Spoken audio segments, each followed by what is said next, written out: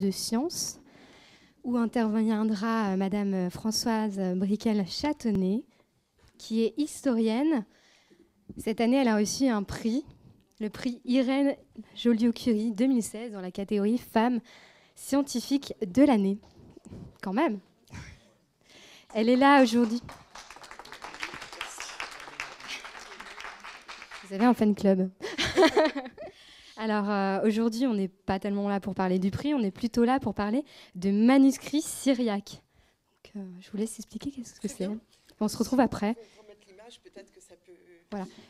Juste, si vous avez des questions, n'hésitez pas, il y a les réseaux sociaux, forum CNRS, le hashtag. Voilà. Et gardez vos questions pour après aussi. Voilà. Oui, là, vous m'entendez ? Voilà, donc je suis censée vous parler de manuscrits syriaques. Je pense que ça demande un petit peu d'explication au départ. Bon, manuscrit, je pense que chacun de vous voit ce que c'est. Il s'agit d'un livre écrit à la main, copié à la main. Et syriaque, je vais vous emmener au Proche-Orient en fait, parce que les manuscrits syriaques sont les manuscrits des chrétiens du Proche-Orient. Le syriaque est le nom qu'on donne à la langue araméenne sous sa forme chrétienne. Donc déjà, on est dans le cadre d'une culture chrétienne. L'araméen lui-même, c'est une langue sémitique, apparentée à l'hébreu ou l'arabe, qui vous dira sans doute plus de choses, qui est attestée depuis à peu près, disons, 1000 ans avant Jésus-Christ, qui a été la langue internationale de tout le Proche-Orient, et qui donc a été largement parlé. Et quand le christianisme s'est développé au Proche-Orient, où il s'est développé quand même nettement plus tôt que chez nous, une bonne partie de la population donc, parlait l'araméen. Et c'est pour ça qu'il y a toute une culture chrétienne en araméen.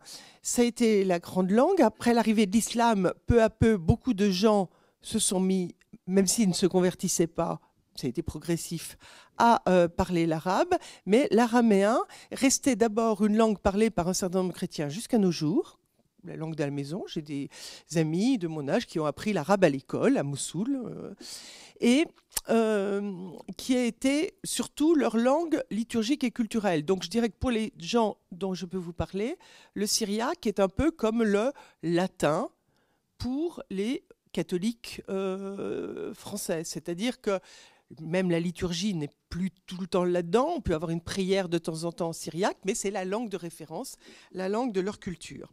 Alors c'est donc la langue des chrétiens du Proche-Orient, langue des chrétiens d'une région qui va de la Méditerranée, Liban, Syrie, jusqu'à l'Irak, l'Iran, l'Inde du Sud, et au Moyen-Âge, à travers toute l'Asie jusqu'en Chine. Ça a été des églises très missionnaires. Donc on a des documents syriaques, manuscrits, inscriptions, jusqu'en Chine et au sud de l'Inde. Des documents qui correspondent à des chrétiens qui appartiennent à plusieurs églises différentes. Alors, je ne sais pas si vous en avez entendu parler, je ne vais pas entrer maintenant dans ce genre de détails, mais il y a eu un certain nombre de conciles au 5e siècle, œcuméniques, mais qui n'ont pas été reconnus par tout le monde, et donc des séparations au 5e siècle de notre ère, suite au concile de 431 et de 451, qui ont abouti au fait que des groupes de chrétiens ne se sont pas sentis en communion avec les autres. Et donc, ont fondé peu à peu des églises différentes. J'hésite à vous dire se sont séparés parce que pour les uns au moins, ils se sont fondés en église au moment où l'église ailleurs se fondait. Je veux dire, ils ne se sont pas séparés, simplement, ils ne se sont pas introduits dans le système qui se mettait en place. Les manuscrits dont je peux vous parler, le plus ancien daté que l'on connaisse actuellement, jusqu'à ce qu'on en trouve un plus ancien, ça peut arriver, on ne les connaît pas tous, date de 411 de notre ère. Donc vous voyez un écrit qui commence au début du 5e siècle de notre ère. Et pour les manuscrits, le plus récent, c'est début du 20e siècle.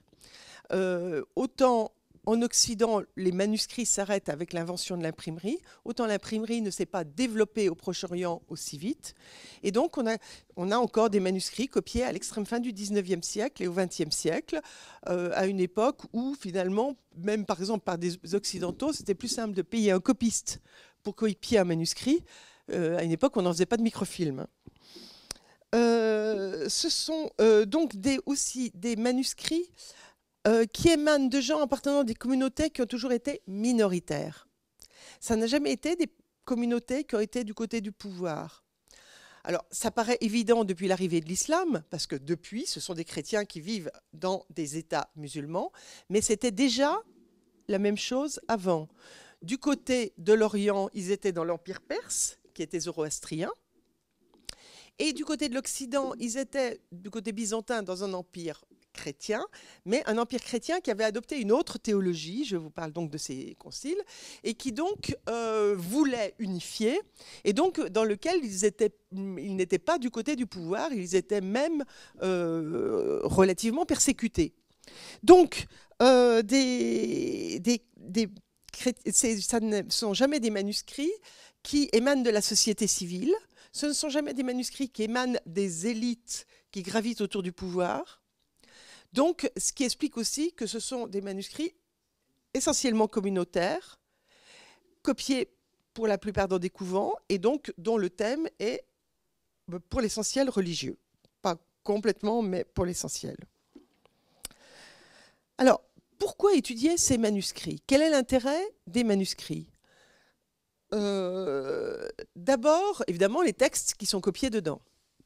D'abord et avant tout, j'allais dire. Bon, bien sûr, c'est le plus évident.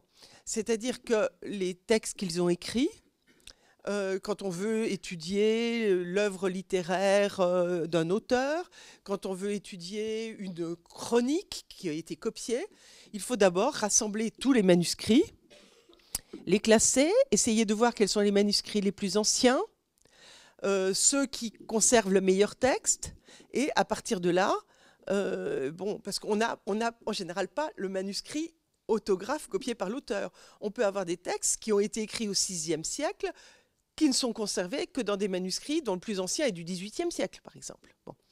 Et donc, c'est à partir de tout un travail de repérer si, dans la tradition manuscrite, il y a des courants différents qui peuvent montrer qu'il y a eu, à un moment, un manuscrit qui a été copié, qui a eu beaucoup de petits, et que donc on a d'une certaine manière d'un côté une tradition du texte, de l'autre une tradition du texte. Bon. Donc pour éditer un texte, il faut d'abord rassembler tous les manuscrits.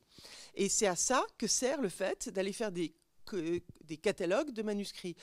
Les manuscrits qui sont conservés dans les bibliothèques occidentales, au Vatican, à Paris, à Londres, sont en général connus. Bon, on peut avoir besoin de faire de meilleurs catalogues, ça arrive.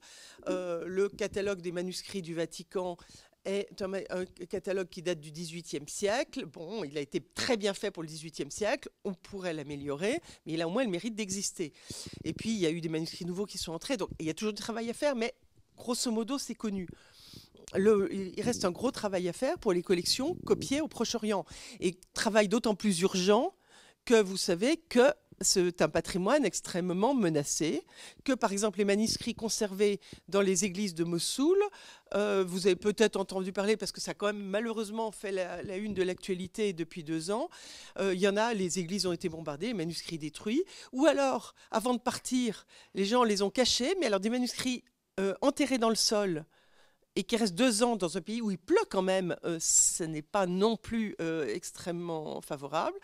Et on a beaucoup parlé dans la presse d'un père dominicain irakien, le père Najib, qui lui a quitté d'abord Mossoul puis Karakoche et réussi à sauver les manuscrits des dominicains. Bon, voilà. Donc, mais qui sont entreposés un peu n'importe où à Erbil, enfin pas un peu n'importe où, il fait tout ce qu'il peut. Mais vous voyez, donc un patrimoine fragile. Et puis un patrimoine en partie méconnu, dans la mesure si on n'a pas de catalogue de ces manuscrits, on ne sait pas quel texte ils contiennent. Donc c'est le premier intérêt d'aller les étudier, c'est donc d'en avoir connaissance et de savoir quels textes sont conservés dans quel manuscrit. Ce qui, en tant qu'historienne, m'intéresse presque plus, c'est d'étudier les manuscrits pour eux-mêmes, comme objet. c'est-à-dire en tant que pratiquement comme objet archéologique. Et chaque manuscrit, pour cela, a à nous apporter. D'abord parce qu'il y a une habitude des copistes et qui est particulièrement vivace dans la tradition des chrétiens d'Orient, qui est d'écrire à la fin, en général, de leur manuscrit, ce qu'on appelle un colophon. Le colophon, c'est après la fin du texte, quand il a écrit le dernier mot de son texte, de dire « Ce manuscrit a été achevé à telle date, en telle année, il a été copié à tel endroit, il a été copié par le misérable, pauvre, indigne, nanana, pêcheur, qui est indigne qu'on écrive son nom, mais je l'écris quand même pour que vous priez pour moi. » Ce qui fait qu'on a le nom du copiste, éventuellement de son père, de son grand-père, etc., qu'il dit, quand il dit l'année, je peux vous en parler, mais il y a plein d'indications sur la date. Il dit qu'il l'a copié à l'époque du patriarche Untel et était supérieur du couvent, le père Untel, et était, etc. Donc ça nous donne aussi plein d'indications pour des études de personnes et de relations entre les personnes, ce qu'on appelle la prosopographie. Il peut ajouter, souvent on a des colophons très longs et qui donnent, je pourrais, si ça vous intéresse, en donner des exemples, plein d'informations historiques intéressantes. Donc pour l'historien, ces notes de copistes sont particulièrement intéressantes et elles sont particulièrement nombreuses et détaillées dans les manuscrits syriaques. Le deuxième point, c'est l'étude matérielle des manuscrits, c'est-à-dire comment ils sont faits, quel est leur support, avec quoi on écrit, comment on prépare techniquement le manuscrit. Et ce n'est pas la même chose dans les différentes traditions. Et cela nous donne aussi des informations. Là aussi, je pourrais vous détailler la technique des manuscrits syriaques, qui est particulière, qui ne ressemble pas pour la composition des cahiers aux manuscrits grecs ou latins. Et bien, on retrouve la même dans les manuscrits arabo-musulmans. Ça veut dire que les musulmans l'ont repris au syriaque et pas au grec, par exemple. Donc, un certain nombre d'informations. Quand est-ce qu'on passe de l'usage du parchemin à celui du papier? Enfin, voilà, plein d'informations de ce genre-là. Et puis, la troisième chose, c'est le travail du copiste. Des études d'écriture, des études d'ornementation, de mise en page. Voilà, donc vous avez ici deux photos de manuscrits syriaques. Je voulais vous montrer un peu à quoi ça ressemblait, cette écriture. Et puis dans le coin à gauche, une miniature qui vient d'un manuscrit de la Bibliothèque nationale à Paris. Miniature ancienne, c'est actuellement une des grandes questions dans l'histoire de l'art, de savoir si elle date du 6e ou du 7e siècle. Bon, il y a différentes opinions. Il s'agit de Moïse devant Pharaon, dans un manuscrit biblique. Et donc, on a là pas énormément d'images, parce que les Syriaques ne sont pas des gens qui ont autant le culte de l'image que dans la tradition grecque, avec l'icône, hein, bien sûr. Mais ils en ont fait quand même, et donc on a tout un apport d'histoire de l'art, d'une communauté qui justement a laissé... On a peu peu d'art, on a peu d'icônes, on a peu de fresques, très très peu. Donc c'est à travers les manuscrits que l'on peut aussi faire de l'histoire de l'art pour ces communautés. Donc vous voyez, l'étude, j'allais dire, très minutieuse de chaque exemplaire manuscrit peut, outre la connaissance de la littérature et des textes qui sont conservés, donner beaucoup d'informations sur l'histoire événementielle, mais aussi l'histoire sociale, l'histoire culturelle et l'histoire de l'art. Voilà pour quelques mots. Merci beaucoup. On va passer à la petite session questions-réponses. Avez-vous des questions déjà dans la salle? Pas de questions? Ah, j'allais poser la première question. Et je vais monter, vous accompagner. Oui, bonjour. Bonjour. Je voulais savoir, vous avez j'imagine que oui, mais une idée de la quantité de manuscrits, de ce que ça représente en quantité, et après en termes de, je ne vais pas dire de nombre de pages, mais un manuscrit, c'est combien? C'est 20 pages, 100 pages, 200 pages? Alors, le nombre des manuscrits, c'est difficile à évaluer. Et ce que je vais vous donner, c'est une évaluation qu'on a fait avec un certain nombre de collègues, mais qui est vraiment excusez-moi, une évaluation qui est vraiment très à la louche, parce que tant qu'on n'a pas... Il y a des collections au Proche-Orient, on ne sait pas combien elles ont de manuscrits, si vous voulez. Mais disons que grosso modo, 15 à 20 000 dans l'ensemble des manuscrits qui sont conservés. Et un manuscrit, ça va de 1 à 500 pages. Donc, je veux dire, c'est comme... alors, une, ça veut dire qu'il y a en général, un livre a en général plus de manuscrits. Tous les manuscrits ne sont pas bien conservés. Ils ont subi des choses. Je vous parlais des événements récents, mais c'est le genre d'événements que le Proche-Orient a connu depuis toujours, hein, depuis la plus haute antiquité. Donc, et puis, un manuscrit un peu abandonné, pas entretenu, peut aussi s'abîmer. Donc, on a, quand on trouve un folio isolé et qu'on ne sait pas à quel manuscrit le rattacher, on lui donne un numéro de manuscrit. Voilà. Bon. Sinon, mais il peut y avoir des manuscrits complets très courts, de 20 pages, mais il peut y en avoir d'énormes. Et le format, ça va d'un tout petit comme ça à des manuscrits énormes, selon que c'était un usage personnel, pour être lu par une personne ou pour être lu à l'église, sur un grand lutrin. D'accord. Justement, je me permets de poser une question aussi. Par rapport à cette guerre civile en Syrie, j'imagine que c'est les événements que vous évoquiez. Oui. Est-ce que tous ces événements ont un peu accéléré vos recherches, vos besoins de protéger ce patrimoine ? Ça n'a pas accéléré les recherches parce qu'on les faisait déjà. Ça les a plus, j'allais dire, plutôt un peu... mis des bâtons dans les roues, au contraire. En dehors des manuscrits, moi, je travaille aussi beaucoup sur les inscriptions, c'est-à-dire les inscriptions sur pierre. Et j'ai mené pendant 5 ans des missions régulières en Syrie pour aller relever les inscriptions.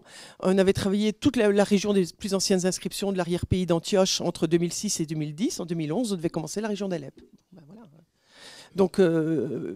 oui, un petit peu au contraire. La Turquie, où il y avait des programmes un petit peu de, pas moi, mais de collègues qui faisaient des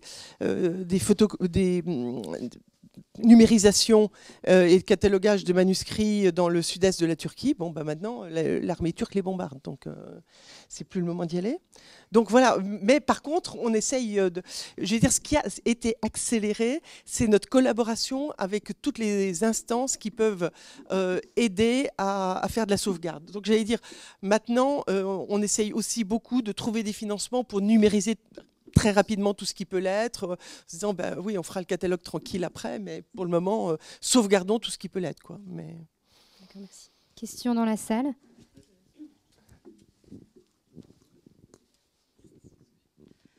Alors moi, je suis, ma culture religieuse, tout ça était très, ça marche. Oui. Voilà, basique. Du coup, quel genre d'informations il y a, quel genre qu'apprenez-vous dans ces manuscrits? Qu'est-ce qui est écrit en fait Alors, les textes qui sont conservés sont pour l'essentiel des textes chrétiens, c'est-à-dire des Bibles, des livres liturgiques, des lectionnaires, de l'exégèse, de la philosophie, de la théologie, des homélières, des recueils d'homélies, de la grammaire, des chroniques, donc des ouvrages d'histoire, mais qui sont beaucoup aussi des chroniques des communautés religieuses, donc de la vie aussi des institutions. Voilà,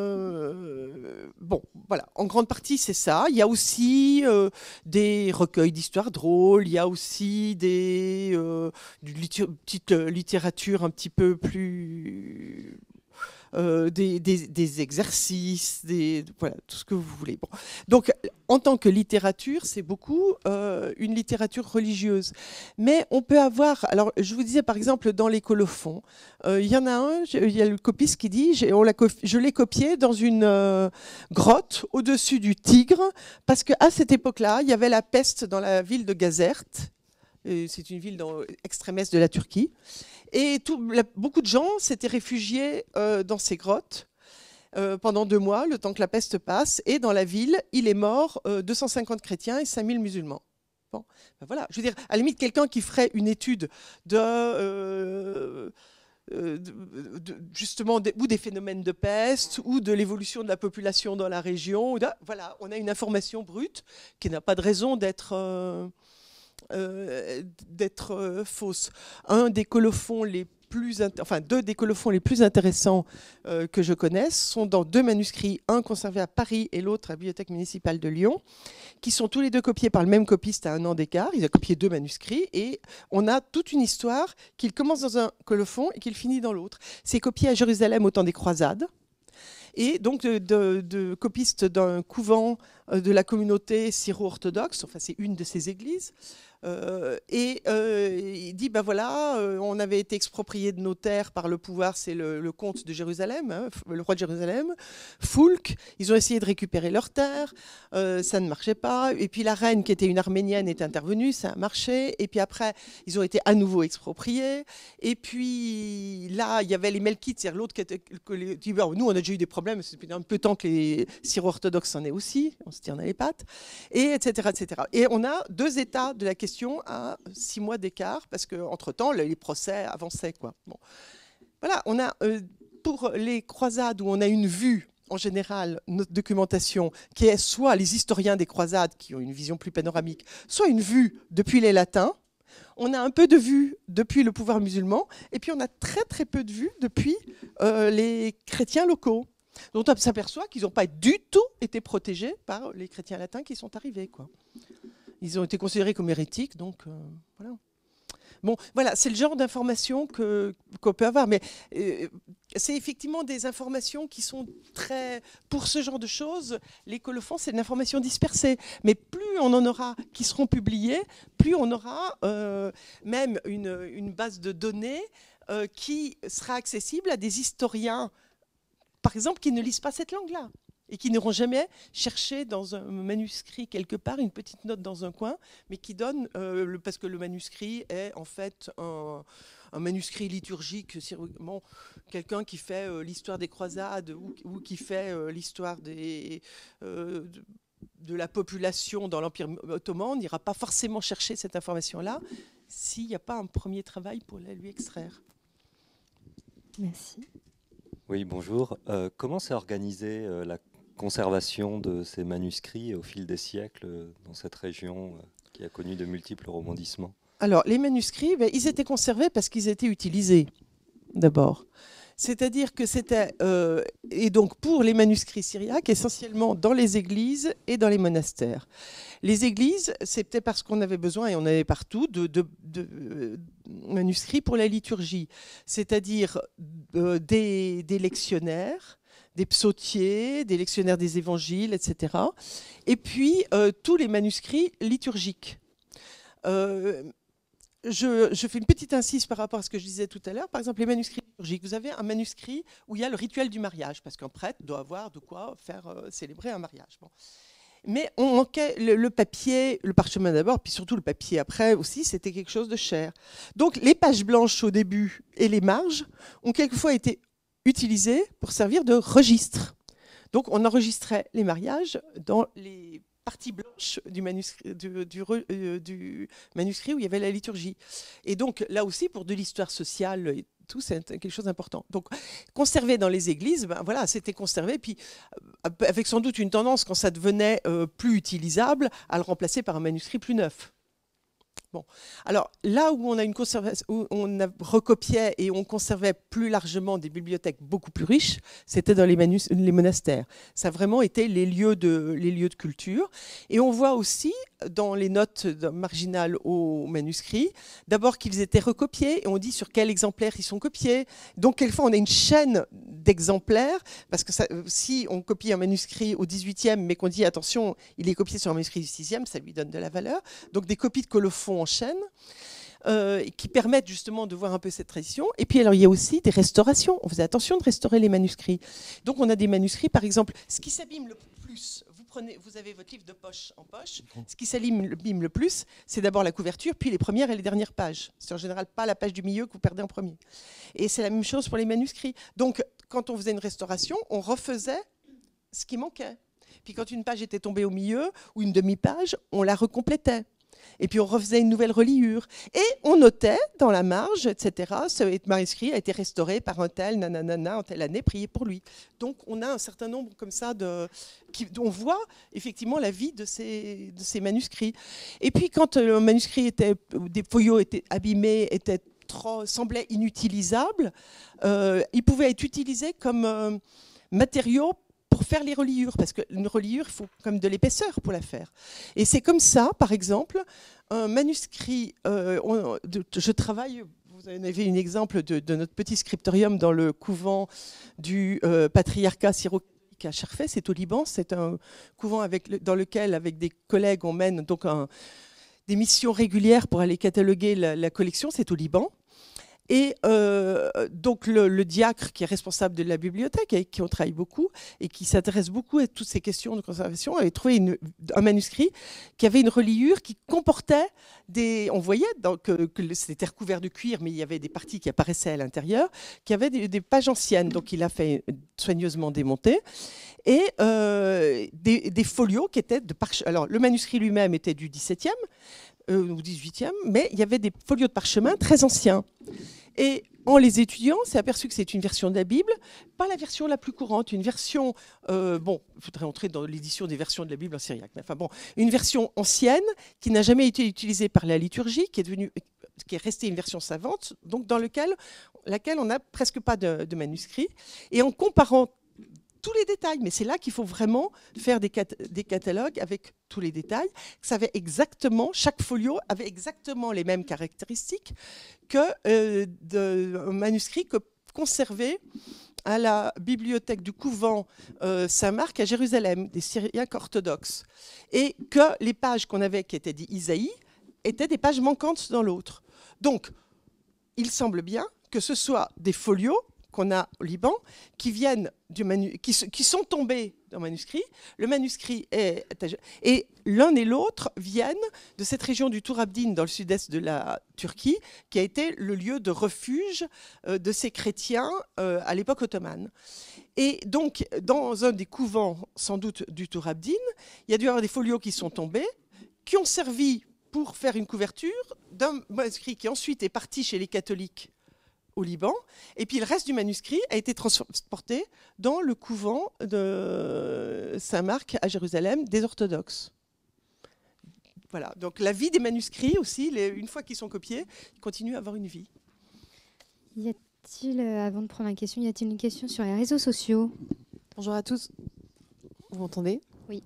En fait, on avait une question qui est peut-être un peu naïvement formulée, mais c'était de revenir sur l'histoire même de l'écriture syriaque. Alors, si on peut refaire la Genèse un peu. Oui, sur refaire la Genèse, l'écriture syriaque, c'est une forme d'écriture araméenne. Et l'araméen, au départ, les premières inscriptions qu'on a en araméen ancien, donc 9e siècle avant Jésus-Christ, c'est le même alphabet que l'alphabet phénicien de l'époque. Donc il s'agit d'un alphabet de 22 signes qui ne note que les consonnes. Comme dans les alphabets sémitiques en général. Et cet alphabet a peu à peu évolué de façon un peu différente entre le monde phénicien et le monde araméen. Donc au IXe siècle, par l'écriture, on ne les distingue pas, on les distingue par la langue.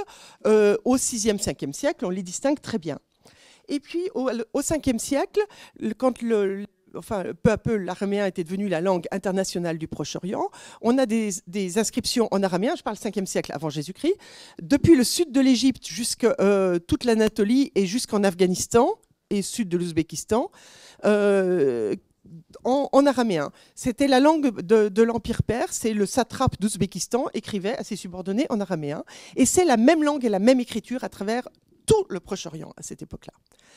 Et puis est arrivée la conquête d'Alexandre, 333-331 avant Jésus-Christ. Et là, la langue officielle est devenue le grec, partout.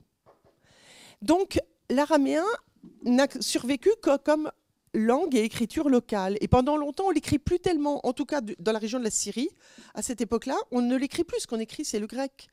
Mais avec le déclin de l'empire successeur d'Alexandre, tout d'un coup, se mettent à réapparaître des écrits en araméen qui prouvent qu'on avait continué à le parler et sans doute à l'écrire, puisqu'on n'avait pas perdu l'écriture pendant 2 siècles. Mais là, il a évolué différemment, puisqu'il n'y avait plus de pouvoir qui unifiait. Et donc, c'est là qu'on voit l'araméen de Palmyre, l'araméen des Nabatéens, pour ceux qui ont une idée de Pétra, l'araméen des Juifs de Palestine, l'araméen des Juifs de Mésopotamie, etc. Et une de ces villes où réapparaît l'araméen, c'est Édesse, actuellement Urfa en Turquie, c'est dans la boucle de l'Euphrate, un petit royaume, mais qui a été le point de départ de la christianisation de toute la Mésopotamie et du Proche-Orient. Donc c'est le dialecte araméen d'Édesse qui est devenu le syriaque. Donc les inscriptions qu'on a à Édesse au 1er siècle de notre ère, au 2e siècle de notre ère, c'est pratiquement déjà du syriaque, quoi. C'est vraiment celui-là qui est devenu... Donc le syriaque reste un araméen, un alphabet de 22 signes, qui a pris entre-temps cette particularité d'être plutôt cursif, c'est-à-dire que l'écriture est liée. Et vous avez peut-être l'impression que ça ressemble beaucoup à l'arabe. Effectivement, il y a au moins dans le ductus général de l'écriture quelque chose qui évoque l'arabe. Et c'est un petit peu une question discutée, c'est quel est le rôle qu'a pu jouer le syriaque dans la naissance de l'écriture arabe, d'ailleurs. Merci, on a une question. Moi, j'ai une question. Alors, voilà, je voulais revenir. Donc, si j'ai bien compris, les manuscrits sont copiés. Oui. Je voulais savoir si vous, dans votre expérience de chercheur, vous avez trouvé des copies qui auraient été modifiées, dont le sens aurait été transformé, comme nous sommes dans des textes religieux, peut-être qu'une interprétation peut naître de la part du copiste. Alors, je veux savoir si ça existait ou pas. Ça peut exister, mais alors si c'est une interprétation de la part du copiste dans le texte, là ça relève de l'édition du texte, si vous voulez. Bon. Mais on voit, ce qu'on voit aussi clairement, ça peut exister dans les copies des textes, de façon plus générale, c'est par exemple quand les manuscrits, ils circulaient beaucoup. On a des manuscrits, par exemple, qui ont été copiés en Mésopotamie et qui, au Xe siècle, sont arrivés dans un couvent en Égypte. Et les manuscrits circulaient donc géographiquement, avec des gens qui les transportaient, hein, bien sûr, mais c'est quand quelqu'un partait. On a dans un sens, les plus anciens manuscrits syriaques qui ont été conservés en Égypte, parce que l'Égypte a été quand même beaucoup plus protégée. Un, des invasions, deux, un climat beaucoup plus favorable. C'est désert, quoi. Bon. Et donc, les deux grandes collections qui nous permettent d'avoir des manuscrits très anciens sont le couvent de Notre-Dame des Syriens, qui était dans le désert de Sété, entre le Caire et Alexandrie, dont l'essentiel de la collection est entré à la British Library à Londres, une partie au Vatican, et il y en a encore quelques-uns là-bas. Mais c'est redevenu un couvent copte depuis. Et puis l'autre partie, c'est à Sainte-Catherine du Sinaï. Donc les manuscrits du désert de Sété sont plutôt des manuscrits de l'église syro-orthodoxe, donc ce qu'on appelait monophysite autrefois, alors que ceux de Sainte-Catherine sont de l'église chalcédonienne en communion avec l'église grecque. Bon, donc on a des manuscrits là-bas. Mais donc ces manuscrits qui circulaient pouvaient aussi passer d'une communauté à l'autre. Et là, éventuellement, quand il y avait une profession de foi qui était un petit peu... on pouvait corriger, oui, bien sûr. Les manuscrits, ça se grattait, puis on réécrivait dessus. Hein, et ça se voit quand même.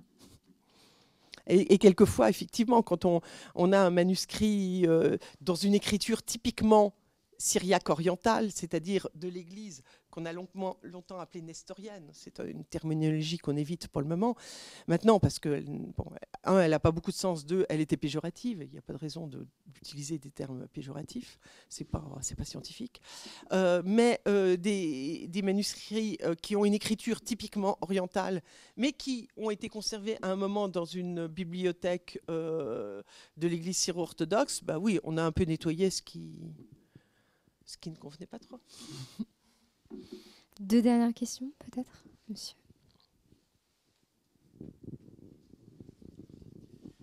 Les évangiles, à l'origine, on sait dans quel type de langue? C'était de l'araméen? Ils ont été écrits, les textes, éventuellement Paul, les lettres aussi. Alors, les évangiles, Jésus probablement parlait araméen. Hein, et donc, mais les premiers textes écrits ont été en grec. Hein. On n'a pas de traces et de signes quoi que ce soit d'évangiles écrits en araméen. Donc les évangiles qu'on a en syriaque sont des traductions du grec. Effectivement, Jésus parlait, quand un évangile cite un mot sémitique, c'est pas un mot hébreu, c'est un mot grec, c'est un mot araméen. Donc on le sait qu'ils parlaient araméen. Mais les évangiles syriaques ont été traduits du grec. Inversement, pour l'Ancien Testament, alors que toutes les autres traditions, on avait la Septante, et puis les traductions ont été faites sur la version grecque. La première version de la Bible Ancien Testament en syriaque a été faite directement de l'hébreu, à la même époque, et sans doute en relation avec les Targums araméens juifs, parce que la première communauté syriaque a dû naître sans doute en milieu juif, un milieu un peu judéo-chrétien. Et donc, c'est une question très, très étudiée maintenant, et pour laquelle on n'a pas de réponse uniforme. Selon les livres de la Bible, peut-être que c'est des influences juives sur la traduction chrétienne, et pour d'autres, une influence chrétienne sur la traduction juive. Une autre question ? Oui, je voudrais savoir si l'étude des manuscrits syriaques nous apprend des choses sur le sort même des chrétiens d'Orient, et à travers les colophons dont vous avez parlé peut-être, ou pas. Oui, quand on a des manuscrits qui racontent qu'il y a eu des invasions. Ils peuvent mentionner. Alors, il y a les chroniques, mais aussi les colophons mentionnent le jour où un tel a pris la ville et tout. On mentionne des massacres, on mentionne. Oui, bien sûr. Ça peut être très local, comme quelquefois faire allusion à ce qu'on appelle plus de la grande histoire. Oui. Oh, oui. Encore une question des réseaux sociaux. Oui, alors du coup, il y avait deux petites questions. Une, savoir s'il y avait des manuscrits qui traitaient vraiment de la vie quotidienne, du coup, qui auraient plus de rapport avec un texte théologique ou religieux. Et une autre question qui demandait s'il y avait eu des découvertes récentes de manuscrits et de savoir s'il y avait... si oui... Si oui, quelles étaient les nouvelles choses qu'elles avaient pu apporter, et sinon, est-ce qu'il y a des chances d'en découvrir encore, dans le futur ? Alors, pour la vie quotidienne, pas directement, parce que la vie quotidienne ne s'écrivait pas tellement, mais on a des manuscrits, par exemple, médicaux qui sont à la limite du magique. On a des manuscrits qui, au hasard, donnent des indications. Voilà. Des manuscrits médicaux, bon, c'est de la médecine de tous les jours, donc ça dit un petit peu les plantes ou les je ne sais trop quoi qu'on utilisait.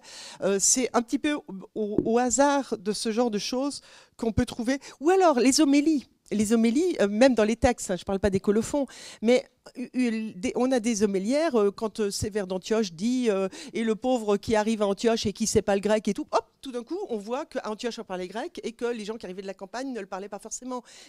Voilà, ça peut être aussi des mines de petits renseignements, mais voilà, c'est toujours des choses qu'il faut aller puiser dans les détails. Alors, des découvertes récentes, il y a eu c'est pas très, très récent, mais quand même dans les années 70, ou dans la collection du Sinaï, dans une sorte de faux plafond qu'on avait fait à une époque, en l'ouvrant, on a vu qu'on y avait caché des manuscrits. C'est un peu le principe qu'on a aussi dans les synagogues des guenizas, c'est-à-dire que les manuscrits usés, abîmés, on les jetait pas forcément parce que c'est quand même de religieux, donc on les cachait, on les enterrait, puis quand on les retrouve, on retrouve des choses très très anciennes. Et là, il y a un catalogue qui est paru très très récemment et on y découvre des choses extrêmement intéressantes. Il y a des collections dont on sait qu'elles existent, ou alors qui ont pu être mentionnées au début du XXe siècle, mais à une époque où j'ai travaillé sur le catalogue des manuscrits de Paris.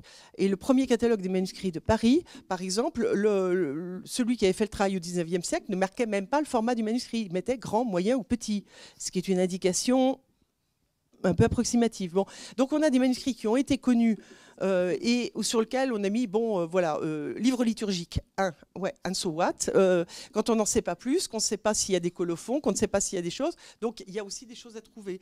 Il y a des manuscrits qu'on trouve en ce moment, beaucoup de gens travaillent sur des manuscrits qui ont été trouvés en Asie centrale, dans des cachettes, à Dunhuang, et en fait c'est le désert du Taklamakan, et c'est donc ce que je vous disais, une des routes de l'expansion de l'église syriaque vers la Chine, et on a retrouvé des manuscrits qui n'avaient pas été étudiés depuis. Il y en a qui sont à Berlin et qui sont donc pas mal étudiés en ce moment sur la route de la soie, où il y a des manuscrits bouddhistes, mais aussi des manuscrits chrétiens. Il y en a en sogdien, il y en a en chinois, mais il y en a aussi en syriaque.